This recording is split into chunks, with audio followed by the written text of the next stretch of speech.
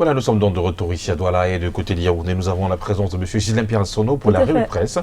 Mon soleil, on envoie l'antenne à Yaoundé. Oui, on va à Yaoundé tout de suite. Ghislain Pierre-Sono, bonjour.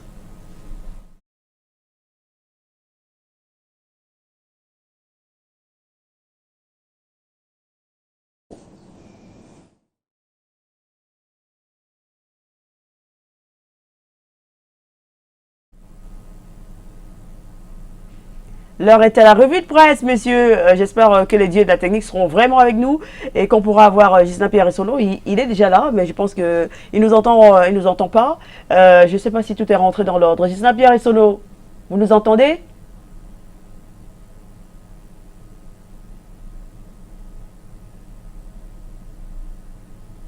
Je pense que dans quelques instants, nous aurons bien entendu la connexion avec Yaoundé. Oui. Apparemment, un petit problème de son, mais je pense que le retour sera effectif dans quelques secondes. Donc installez-vous confortablement, vous n'avez rien raté de ce programme. Donc, dans quelques secondes, avec la technique, nous aurons M. Ghislain Pierre-Sono. Est-ce que c'est parfait, Yaoundé?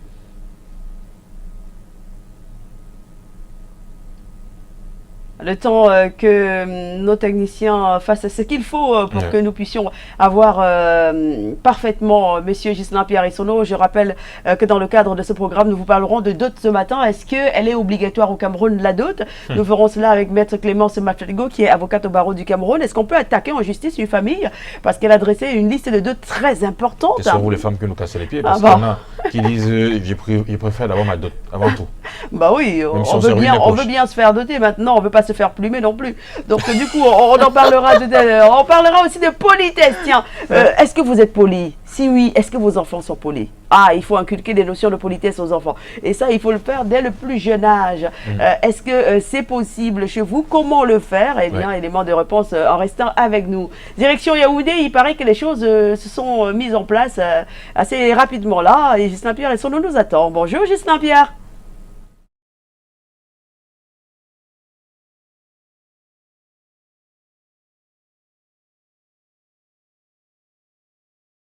Bonjour Douala, bonjour Thierry Carole, bonjour également à vous Soflane, bienvenue à Yaoundé, la cité capitale qui est traversée par une adverse en ce moment précis. Bienvenue donc dans cette cité capitale où je vous accueille le cœur enflammé de joie comme d'habitude, vous mais également nos millions de téléspectateurs, ceux du Cameroun et du monde entier qui sont tous chargés fort d'informations. Bienvenue donc à cet exercice et nous commençons un peu comme à l'accoutumée par le quotidien camerounais à capitaux publics. Eh bien, exit la deuxième édition, le deuxième forum sur la paix qui vient de s'achever à Paris en France, à retenir par le quotidien camerounais à capitaux publics Cameroun Tribune. Les travaux se sont achevés sur une note de plaidoyer pour une coopération on ne peut plus inclusive entre le Nord et le Sud. La nécessité, en fait, c'est la réforme des institutions de la communauté internationale, ce qui est justement de la gestion de la paix et aussi de la sécurité dont parlait justement un certain nombre de participants à l'occasion de ce deuxième forum sur la paix qui vient, disais-je tantôt, de s'achever du côté de Paris en France. Et bien désormais, a-t-on appris du quotidien Cameroun Tribune, il faut tenir compte de la place de l'Afrique désormais dans la société internationale de la paix et aussi de la sécurité. Voilà quelques-uns des éléments à retenir à l'issue de ces travaux de Paris auxquels ont participé un certain nombre de chefs d'État, dont le président camerounais Paul Biya, car l'Afrique conclut les envoyés spéciaux de Cameroun Tribune, l'Afrique étant le continent de l'avenir. Et cela dit, Cameroun Tribune parle en troisième noce édition de ce jeudi. Le journal parle justement de l'Assemblée nationale. C'est l'une des chambres du Parlement camerounais, l'Assemblée nationale, où l'on est passé à la vitesse supérieure dans la désormais lutte contre le discours haineux. Eh bien, un projet de texte est arrivé sur la table des députés et il est arrivé en effet de bonne loi car l'actualité s'y prêtait un peu. Et aujourd'hui, l'on apprend que ce projet de loi vise simplement à réprimer tout fait quelconque qualifié comme tel, c'est-à-dire des discours haineux et qui va se propager tantôt sur la place publique, tantôt dans les réseaux sociaux. Rien, mais alors rien ne sera plus désormais comme avant. L'importance de cette initiative est davantage soulignée par le quotidien Mutation, le journal de Georges-Alain Boyomo, également en kiosque ce matin, qui en fait, vous le voyez, la une principale. La récréation est terminée pour tout tribaliste, car le contexte s'y prêtait un peu et le texte en question prévoit la répression des discours de haine à caractère tribaliste ou même communautaire, bien au-delà de ce qui existait jusque-là dans le code pénal camerounais, code pénal qui a été mis sur pied en 2016, on s'en souvient. Mutation, le quotidien Mutation ne quitte pas lui aussi l'Assemblée nationale du fait justement des élections qui sont annoncées pour se tenir le 9 février 2020. Eh bien, le Cameroun va procéder au renouvellement des députés et aussi des conseillers municipaux. Eh bien, le constat fait par le journal, c'est que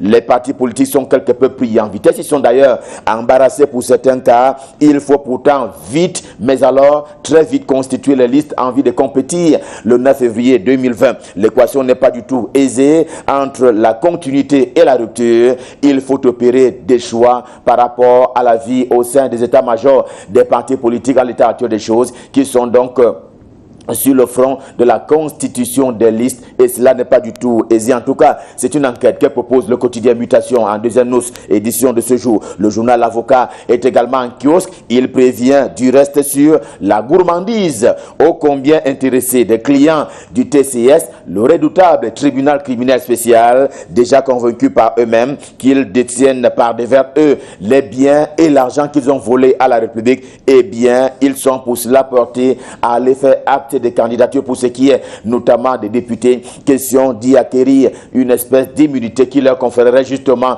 de ne pas aller en prison, de ne pas être poursuivis pour le fait justement qui leur sont reprochés. Contrairement à Jean-Pierre Amougou Belinga qui lui aussi a renoncé a fait acte de candidature malgré l'appel à la base au niveau de la MEFU à Konon, eh bien, il a donc refusé de faire acte de candidature. Mais pour le journal, l'Indépendant édition de ce jeudi, eh bien, il semble dans les secrets de Dieu de ce journal. L'on apprend ce matin, vous le voyez en une principale, que l'actuel maire de Sangmelima et son alter ego, eh bien, ne seraient pas investis candidats par le Rassemblement démocratique du peuple camerounais RDPC par rapport à l'élection qui est annoncée, tantôt celle des députés, tantôt celle des conseillers municipaux le 9 février 2020. Réalité ou pas, la vérité sera sûre d'ici à 8 jours car la date sera foreclose d'ici à 8 jours. Eh bien, les délais seront donc foreclos pour ce qui est du dépôt des candidatures, pour ceux qui veulent être députés, devenir donc députés ou alors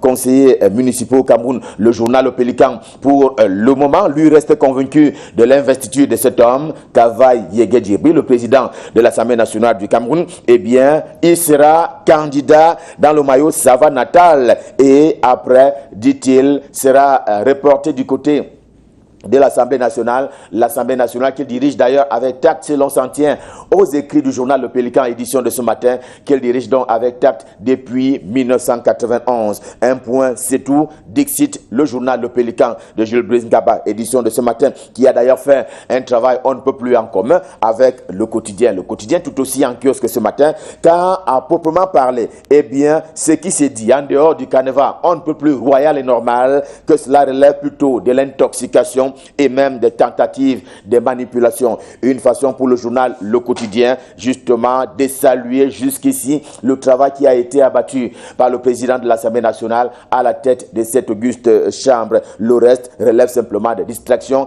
et bien, qui ne vont pas faire bouger les intentions on ne peut plus royalistes du président de l'Assemblée nationale. D'ailleurs, en une édition on ne peut plus spéciale, le journal L'Épervier, édition de ce jeudi, parle de Kavaï Yege Djibril comme étant une véritable bibliothèque pour la nation camerounaise tout entière. Eh bien, un homme au destin singulier, c'est une espèce de portrait que dresse le quotidien L'Épervier en une édition spéciale ce matin, s'agissant du président de l'Assemblée nationale. Un homme singulier qui a fait d'ailleurs montre d'une fidélité et d'une loyauté justement indéfectible vis-à-vis des institutions de la République, et c'est la conclusion à laquelle aboutit L'Épervier dans cette édition spéciale. Et parce que cela ne souffre d'aucune contestation, le journal L'Orphelin, édition de ce jour, s'attelle à expliquer pourquoi, en toute logique, Kavaï Yege Djibril sera candidat à l'élection pour les députés de la nation, et en un mot commençant, et au contraire, celle-ci fait peur, cette candidature,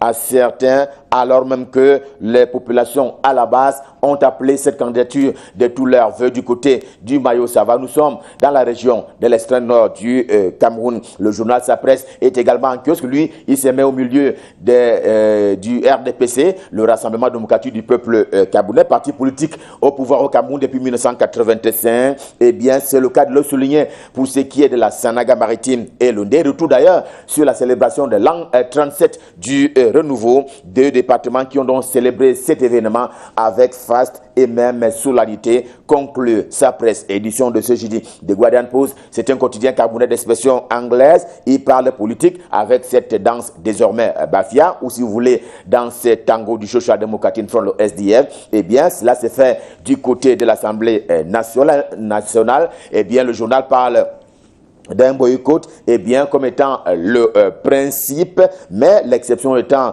la participation bientôt annoncée et qui se verra et qui va également se vivre du côté de l'Assemblée nationale. Le parti de Ni John Fundi, danse-t-il réellement la vraie danse? S'agit-il d'une danse qui n'est pas de bonne loi en l'état actuel des choses? Mais le journal envisage simplement un divorce du Social Democratic Front vis-à-vis de l'Assemblée nationale.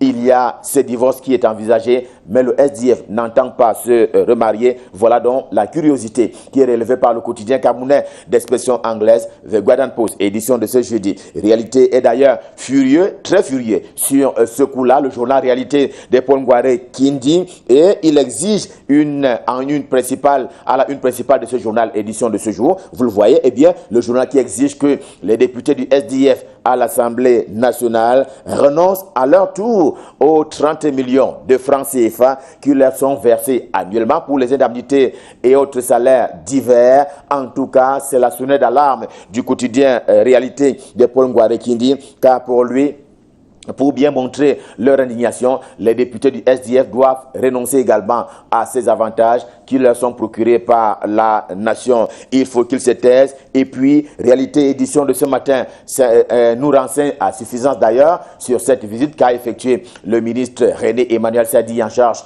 de la communication. C'était sur les sites qui vont donc abriter les travaux de l'Union de la presse francophone, l'Union internationale s'entend, bien entendu, dont les travaux vont avoir lieu très bientôt ici même à Yaoundé au Cameroun. Et voici une annonce qui va donc fâcher les pompistes devenus commerçants. Le temps de la rareté des pièces, notamment de la monnaie à Yaoundé comme dans les autres villes du Cameroun. Eh bien, l'information est portée ce matin par Diapason de François Mboké. Eh bien, existe donc le chantage des pompistes camerounais. Diapason nous apprend ce matin que la monnaie arrive et en grande quantité. La BEAC, la Banque des États de l'Afrique centrale, l'a annoncé. Vivez donc la monnaie qui est de retour, annonce Diapason, édition de ce jour. Un sujet d'économie, bien entendu, au quotidien, l'économie, toujours en rapport avec la BEAC, la Banque des États de l'Afrique centrale. C'est ce que le journal annonçait tout à l'heure pour parler de Diapason. Eh bien, c'est la continuité d'ailleurs. C'est que la distribution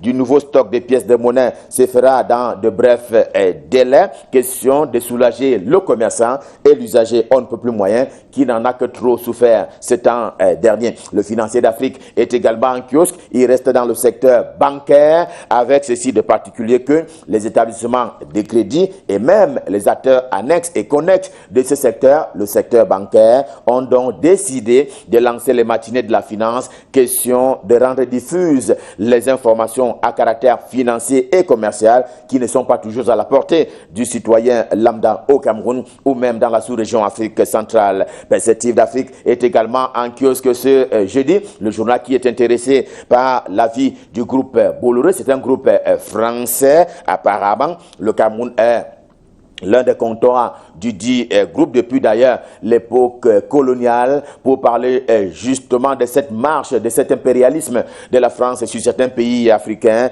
Et la préoccupation est bien entendu portée ce matin par le journal au regard de la manière dont se comporte le groupe Bolloré sur la corne de l'Afrique francophone. La préoccupation est également partagée avec le journal La Veuve, lui aussi en kiosque ce matin. Vincent Bolloré, c'est une question qui est formulée par le journal journal aurait-il joué un rôle dans les événements de Paris qui ont quelque peu semé la honte autour du couple présidentiel, lui qui participait justement sur invitation du président Emmanuel Macron de France, lui qui participait justement à ce deuxième forum sur la paix. L'interrogation est formulée par le journal qui redoute d'ailleurs la colère et des manœuvres du groupe Bolloré dont on sait qu'il est en train de compétir en l'état actuel des choses pour la gestion du conteneur à terminal du port autonome de Douala. En tout cas, il y a des informations et même certains actes qui visaient à le démonter et justement à le déclasser de cette gestion qui est jugée bonne pour certains et pas du tout bonne pour d'autres. L'épervier en une édition, cette fois-là classique édition de ce jeudi, il n'en fait pas cas d'ailleurs. Le journal s'intéresse à tout à fait autre chose. Et autre chose, c'est le Fonds national de l'emploi. L'on sait que Mouti Abidias en est un peu le bailleur de cette entreprise nationale depuis qu'il y réside, depuis 28 ans, pas moins en tout cas. Le journal en parle ce matin, sauf que ce qui fâche le quotidien L'Épervier ce matin, c'est le mode de recrutement au sein de cette entreprise. Une enquête a été menée par le journal et justement les résultats sont livrés dans l'édition de ce jeudi. Revue de presse Made in Yaoundé, édition de ce jeudi, Stop F1, le cœur enflammé de joie, comme d'habitude. Nous vous avons servi, on prend rendez-vous pour demain quand il sera 7h pour le même exercice. Pour le moment, rendons-nous du côté de Douala, la capitale économique camerounaise. Question d'y retrouver Michael Chiptio pour la suite et la fin de la revue de presse. Bonjour Michael, c'est à vous, c'est à vous. Bonjour, Ghislain Pierre et la suite à Douala, c'est avec Le Quotidien, la nouvelle expression qui nous parle à sa une ce matin de ce projet de loi déposé à l'Assemblée nationale du Cameroun pour pénaliser le tribalisme dans notre pays. Le journal revient sur ce projet qui a donc été déposé au Parlement hier et dans ce projet, justement, l'exécutif propose que soit puni de 1 à 2 ans de prison et d'une amende de plus de 300 000 à 3 millions de francs CFA. Les outrages à la tribu, les leaders d'opinion risquent le double de cette peine selon ce projet de loi portant modification du code pénal déposé à l'Assemblée nationale du Cameroun et la lutte justement contre les discours haineux et les propos tribalistes. Prendons une nouvelle tournure dans notre pays, constate Le Quotidien, la nouvelle expression. Le gouvernement qui a donc déposé ce projet de loi dans le but de décourager la montée des discours haineux à caractère tribaliste et communautariste dans l'espace public, particulièrement dans les réseaux sociaux. La nouvelle expression relève également que cette modification du code pénal pour lutter contre la montée du tribalisme au Cameroun s'accompagne d'un ajustement des voies de délit. En effet, les réseaux sociaux et la télévision font désormais partie de la liste, note la nouvelle expression. Le texte qui se trouve à l'Assemblée nationale en ce moment permet de poser les bases juridiques de la croisade dirigée contre les réseaux sociaux et les propos à caractère tribaliste dans notre pays.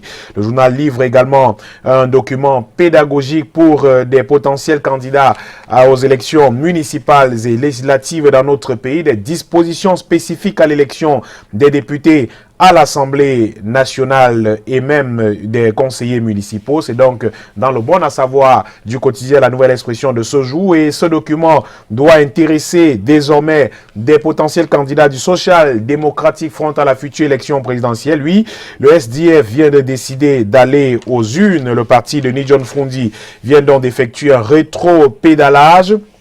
Et le parti engagera des candidats aux élections législatives et municipales du 9 février 2020. Ainsi en a décidé Nidjon Froundi hier. Il n'y aura donc pas de primaire au sein de cette formation politique cette fois-ci. Le parti qui est coupé de son fief en raison de la crise qui secoue les régions du nord-ouest et du sud-ouest a préféré plutôt faire avec ceux qui bénéficient déjà d'une certaine expérience et surtout d'un poids électoral avéré. Ce sera donc le mode des investitures au sein du parti de la balance pour la future élection présidentielle. Nidjon Froundi impose donc ainsi une danse bafia, écrit la nouvelle expression, au National Executive Committee, l'organe dirigeant de son parti qui s'est réuni samedi dernier à Yaoundé pour réitérer son mot d'ordre de boycott de la dernière session parlementaire de l'année, celle en cours, mais surtout l'homme rame à contre-courant d'une décision, la décision prise par le National Executive Committee de lundi dernier de ne pas participer aux élections à venir au Cameroun, écrit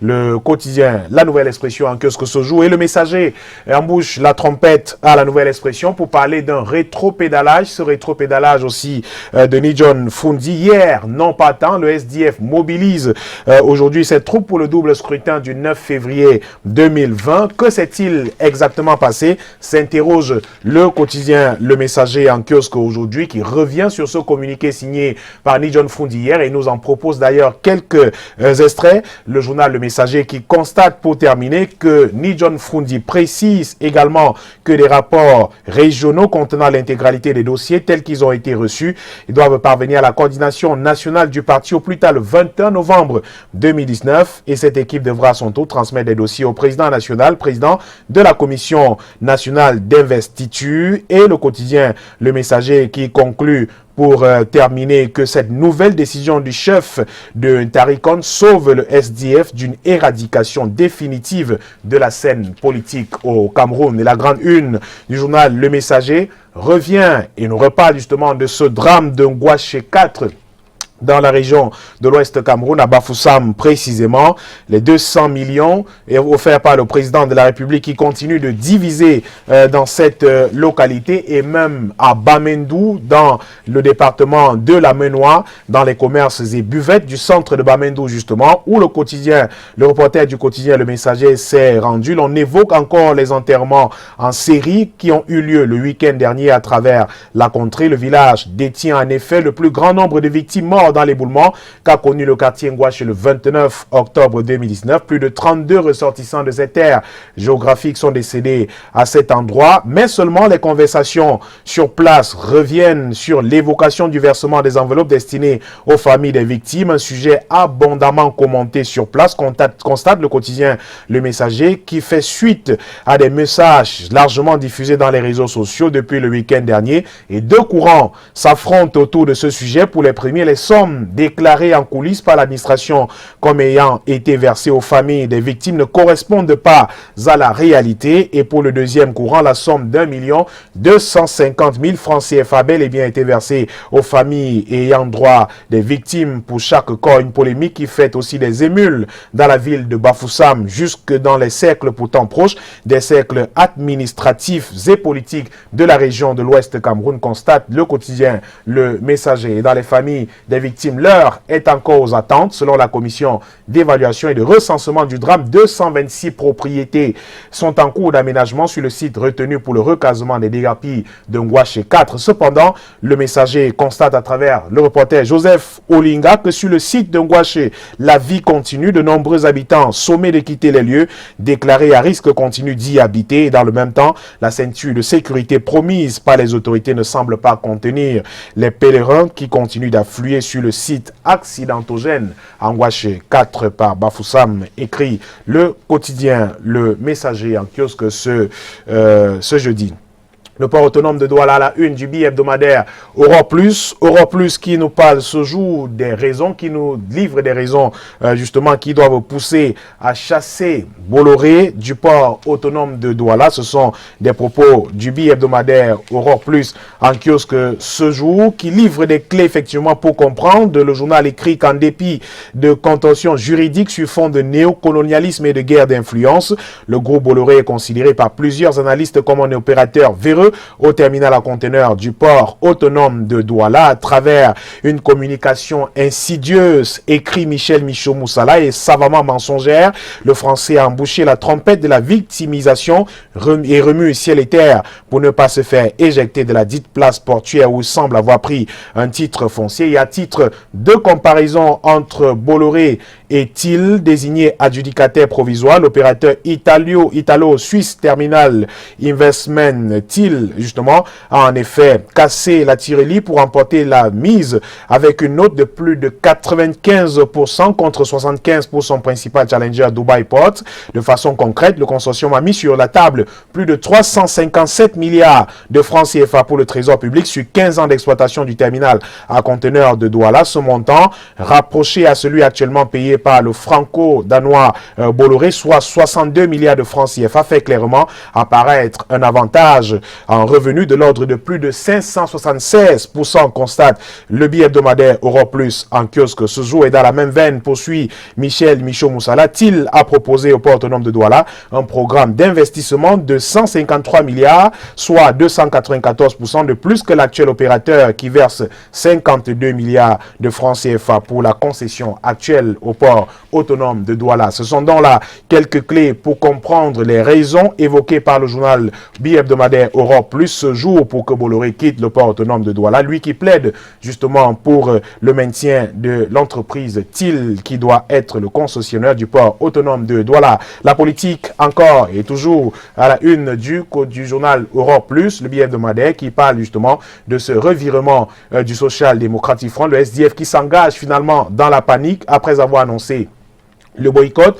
Le parti de Nidjon Fundi, mal en point dans le nord-ouest et le sud-ouest, tentera de sauver quelques bastions ayant depuis peu basculé en faveur du parti du professeur Maurice Kamto, le mouvement pour la renaissance du Cameroun. Le journal L'Avocat en kiosque ce jour nous parle également de ces élections législatives et municipales au Cameroun et parle justement de ces clients du tribunal criminel spécial qui sont à la recherche d'une immunité. Ils font feu de tout bois pour faire partie des listes du Rassemblement démocratique du peuple camerounais. Question d'obtenir une immunité au Parlement camerounais et éviter des ennuis judiciaires. Le journal L'Avocat qui cite quelques noms à propos de cette affaire dans ses colonnes ce jour et parle à son pied de une encore de ce forum de Paris sur la paix et le président Paul Biya qui a donc fait montre de son style de communication à ce sommet de Paris pour la paix. Le président de la République du Cameroun qui est revenu sur la gouvernance plus juste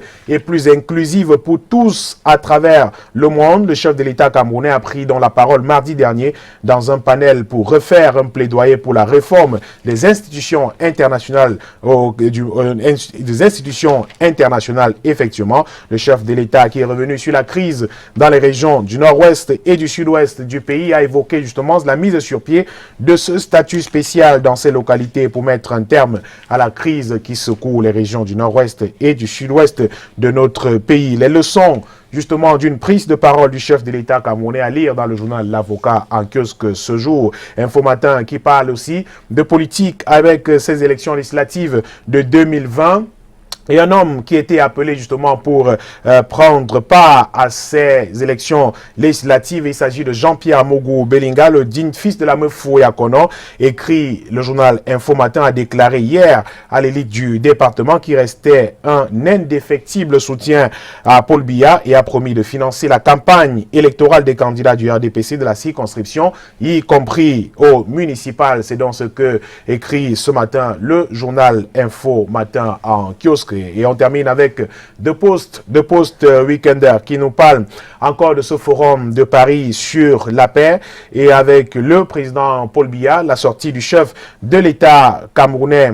Effectivement, le journal qui constate aussi que la prise de parole du chef de l'État a été un tout petit peu perturbée justement par son interlocuteur, l'homme justement qui servait de modérateur, mais le président de la République du Cameroun a tenu bon et cette perturbation du chef de l'État camerounais qui choque les compatriotes camerounais depuis quelque temps, qui voit justement un piège qui aurait été tendu au chef de l'État camerounais, mais lui qui s'en est sorti plutôt bien. Et puis cette mise en garde du ministre de l'administration territoriale aux conducteurs de moto-taxi dans les régions du nord-ouest et du sud-ouest du Cameroun à partir du 9 décembre prochain. Tout conducteur de moto-taxi non identifiable ou alors ne possédant pas ces papiers sera simplement considéré comme un terroriste. C'est donc un appel du ministre de l'administration territoriale, Paul Atangandji, à l'endroit des conducteurs de moto-taxi des régions du nord-ouest et du sud-ouest du pays à se conformer à la réglementation. Ouais, c'est clair, net, il faut se conformer à la réglementation. Merci beaucoup, Michael Tikio. Merci. Sur mon partage d'informations avec nos nombreux téléspectateurs. Tout à fait. C'était passé les 29 minutes, mon soleil. Oui, 29 minutes et nous allons souhaiter un joyeux anniversaire à Mireille Fleur Ndefo Fosso, qui est notre collègue ici à Canal 2 International et même que c'est une chroniqueuse de ce programme Canal Matin. Elle nous propose la page santé et notamment via le couple Patricia et Aimé Moukoko. Joyeux anniversaire anniversaire donc à Mireille de Fosso. Joyeux anniversaire également à Josiane Ekobena, sous le ciel de Yaoundé. Nous l'appelons très affectueusement Didi. Vous avez 1 an de plus ce matin, Josiane Ekobena. Joyeux anniversaire. Joyeux anniversaire également à quelqu'un qui a 4 ans ce matin. C'est un petit garçon, super sympathique. Eh bien, c'est le petit Yeddon Valère. Yeddon Valère, il a 4 ans ce matin. C'est le fils de l'international Tyson depuis Athènes, c'est en Grèce, de la part du président Darol. Merci beaucoup et surtout, une fois de plus, bien des choses à la famille. Allez, place à la page pub.